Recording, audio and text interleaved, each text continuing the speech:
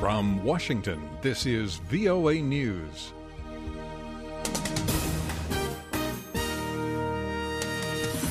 I'm David Forrest reporting. Iraq's ambassador to the United Nations today accused Islamic State militants of committing genocide. Mohamed Ali Alhakim made his remarks a day ahead of an emergency Security Council session called to discuss the massacre of 21 Egyptians in Libya. Meanwhile, reports have surfaced that the charred remains of dozens of people have been found in the Iraqi town of al-Baghdadi, which came under Islamic State control last week.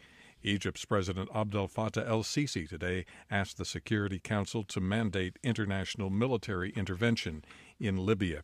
Russian President Vladimir Putin is calling on pro-Russian rebels to allow besieged Ukrainian troops safe passage out of the encircled town of Debaltseve in eastern Ukraine. Speaking today during a visit to the Hungarian capital, Mr. Putin also urged the Ukrainian government to allow its troops to surrender. Mr. Putin said fighting elsewhere in the east had abated since the ceasefire was announced, but a spokesman for the OSCE Special Monitoring Mission says observers have not been allowed into the area where the fighting is taking place. So today there were talks by our Deputy Chief Monitor in Soledar, which is north of Debaltseve. Unfortunately, we did not get to Debaltseve. The Special Monitoring Mission to Ukraine did not get to Debaltseve. This is the third day already of the ceasefire.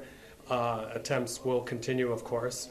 Bomb blasts struck 3 different locations in Nigeria today. In the first attack, a VOA reporter says multiple blasts hit a military checkpoint in Biu. A second attack took place in the city of Potiskum, and several explosions occurred and gunfire erupted at a political rally in Okrika. This is VOA News. Pakistani authorities say a suicide bomb went off just outside police headquarters in the eastern city of Lahore today, killing at least 5 people and wounding many more. Ayaz Gul reports. Afghan authorities said the attack on the police headquarters in Logar province happened around lunchtime. They say 4 suicide bombers armed with automatic weapons and wearing police uniforms assaulted the installation. Deen Muhammad Darwesh, a spokesman for the provincial governor, says one of the attackers blew himself up at the entrance gate, 2 were shot dead by security forces, while the 4th one made his way into the facility and detonated his explosives-packed vest in the dining room where police officers had gathered for lunch. Ayaz Gul for VOA News, Islamabad. The United States and Turkey tentatively agreed today to train and equip moderate rebels fighting to overthrow Syrian President Bashar al-Assad. The State Department gave no details on the agreement, which it says it hopes to sign soon. A U.S. federal judge in Texas has issued a ruling that temporarily blocks President Barack Obama's recent executive order on immigration. The White House said the Justice Department will comply with but also appeal the ruling. The president's order protected as many as 5 million illegal immigrants from deportation. Ashton Carter was sworn in today as the new U.S. Secretary of Defense. The 60-year-old Carter becomes the 4th defense chief during the Obama administration. Danish media reports the Copenhagen man who had attacked a free speech seminar and a synagogue last week swore allegiance to the Islamic State leader just minutes before he unleashed a barrage of gunfire. The Danish Security and Intelligence Service said it had been warned last September by the country's prison service that Hussein was at risk of radicalization. Hussein had been serving time for the stabbing of a train passenger.